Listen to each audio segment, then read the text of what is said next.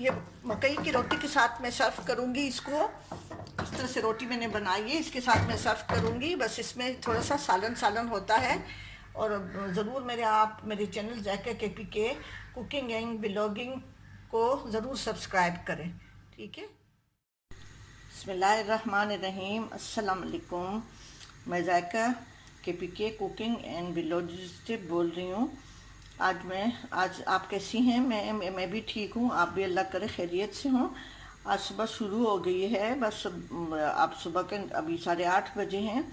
अभी नाश्ता और वो खाने की तैयारी हो रही है। अपने लिए नाश्ता बना रही हूँ। ये मेरी तंदूर की रोटी है, ये नान है। मैंने इसको पानी से गीला करके और इसको मैंने थोड़ा सा घी लगा के और मैंने ये बना रही हूँ। मैं अंडा वंडा कुछ भी नहीं खाती नाश्ते के साथ। कभी कभार कुछ खा लेती हूँ, मतलब तो मैं सिर्फ पराठा चाय या रोटी चाय, डबल रोटी मुझे ज़्यादा पसंद नहीं है। इसके साथ मैंने चाय बनाई हुई है।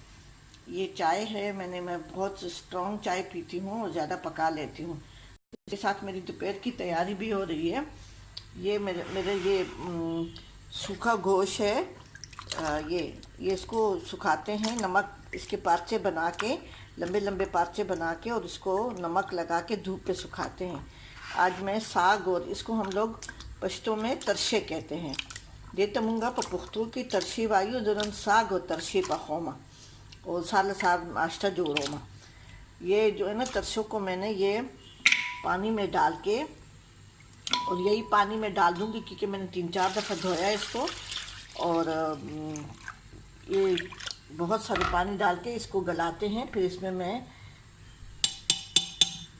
पालक का साग बनाऊंगी, सालन इसका बनाऊंगी, ठीक है। मैं इसको चढ़ा रही हूँ। ये पानी सूखने तक इसमें सूख जाएगा तो ये भी गल जाएगा और ये भी वो हो जाएगा, क्या नाम है, पानी भी सूख जाएगा और तरसे भी गल जाएंगे। दाबा खुरिनिशी दे के बजरा दाबा चिखी पखीश बुबोचिश बेदो पदी के पालक को साग चोमा बेगी न पस पता खेमा। बस मैं अभी नाश्ता करने जा रही हूँ। इंशाल्लाह जब ये खाना बनेगा तो फिर दोबारा वीडियो बनाऊंगी। वो सूखा गोश्त मैंने उबालने के लिए रखा था, ये देखिए उबल गई, ये गला हुआ है, ऐसे ही लग रहा है। बहुत मज़े का इसका सालन, इसमें हम लोग पुलाव भी बनाते हैं, सालन भी बनाते हैं।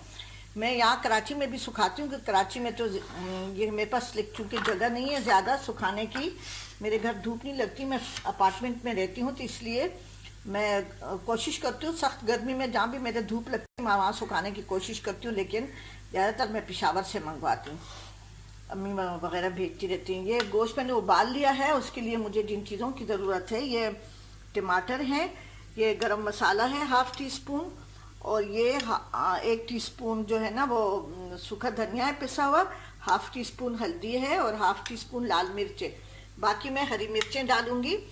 ये दही है 1 टेबलस्पून घर की मलाई है, और ये अदरक लहसुन का पेस्ट है। और ये जो है ना ये साग है पालक का, उसमें मैंने मेथी मिला के, ये आधा किलो साग था, इसमें मैंने बस मुश्किल से ताज़ी मेथी मैंने मुश्किल से आधा पाव से भी कम ला के उसके पत्ते वगैरह काट के धो के मैंने इसके साथ, ये कच्चा है, इसमें डाल के और धो लिया है। अभी दूसरी तरफ मैं इसका मसाला बना रही हूँ। ये मैंने लहसुन, ये 2 जवे लहसुन था, इसको मैंने वो कर लिया है तेल में, 2 टेबलस्पून तेल में।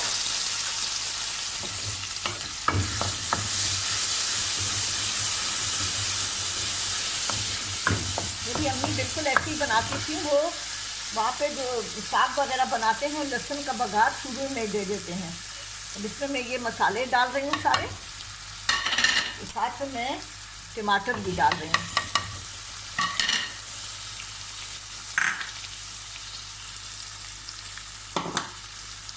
ये लहसुन का वो बाउल था तो उसमें थोड़ा लहसुन था।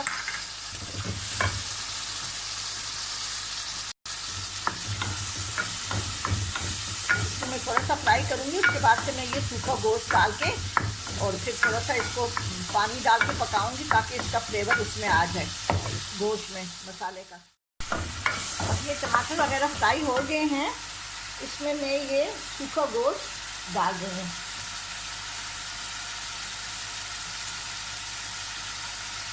इसकी मैंने यखनी निकाल लिए, ये सारा मैं नहीं डालूँगी, साग फिर बहुत कम रह जाता है, थोड़ा सा मैंने छोड़ दिया है। अब इस गोश्त सुखाएं, चिकन का गोश्त मैं सुखाती हूँ, चिकन का गोश्त तो कराची में जल्दी सूख जाता है। अभी नमक जो है ना इसमें गोश्त में अपना भी हम लोग नमक में गोश्त में नमक डाल के और तब उसको सुखाते हैं। बहुत मज़े का होता है। हमारे यहाँ इसमें बहुत सारी डिशेस बनती हैं। इसमें हम चावल बनाते हैं, पुलाव, बिरयानी तो खैर कभी नहीं बनाई, पुलाव बनाते हैं। मैं सोच रही हूँ कभी बिरयानी भी बनाऊँ। अभी अच्छी तरह से फ्राई हो जाएगा तो फिर मैं इसमें साग डाल दूँगी। ये गोश्त को भून लिया है।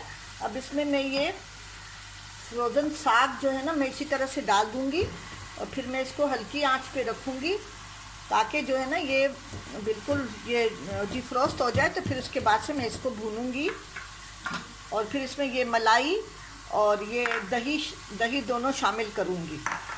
और ये अभी मैं इसके साथ ये जो मैंने वो सूखा गोश्त उबाला था उसका पानी है, स्टॉक है उसका, इसको मैंने लहसुन अदरक का पेस्ट डाल के इस गोश्त को उबाला था। नमक तो इसमें पहले से होता है, इसमें थोड़ा सा मैं पानी भी डाल रही हूँ ताकि ये डिफ्रोस्ट हो जाए। इसको मैं भून के फिर उसके बाद से दही और मलाई में डालूँगी और फिर बस चंद मिनट फ्राई उसको पकाऊँगी। फिर उसके बाद से मैं इसको डिश आउट कर दूँगी। अब साग ये मेरा ये पक गया है। इसमें मैंने आपके सामने थोड़ी सी वो सूखा गोश्त जो मैंने उबाला था उसकी यखनी डाली थी और वो अब इसमें मैं ये मलाई घर की और ये 1 टेबलस्पून दही डाल दूँगी।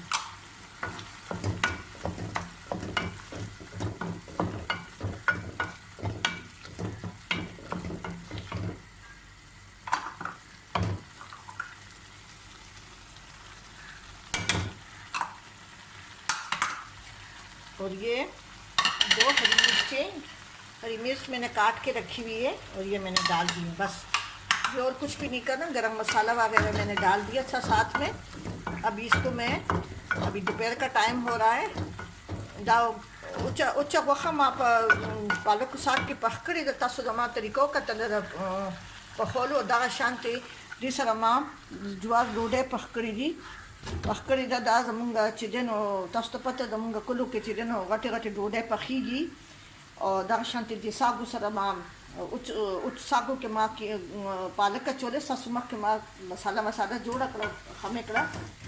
अभी ये रोटी बन गई है। हम मकई के साथ ये साग वगैरह शलजम वगैरह मकई की रोटी के साथ सर्व करते हैं।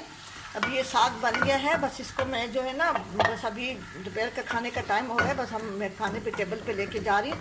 ये इसी तरह से होता है। अब बस मैं इसको अभी इसमें थोड़ा सा सालन इसलिए होता है कि मकई की रोटी के साथ थोड़ी सालन वाली चीज़ खाई जाती, सूखी नहीं खाई जाती। ठीक है जी, ठीक है जी, आप ज़रूर ट्राई करें। मेरे channel Zaika KPK and cooking and vlogs की उसको चैनल को ज़रूर सब्सक्राइब करें और आप मेरे फेसबुक पे उसको पेज को लाइक करें और सब्सक्राइब करना ना भूलें और कमेंट्स करना भी ना भूलें। बस इससे ज़्यादा मैं इसको सुखाऊंगी नहीं। ठीक है, बस मैं डिश आउट के इसको सर्व करने के लेके जा रही हूँ। ठीक है जी, अल्लाह हाफिज़।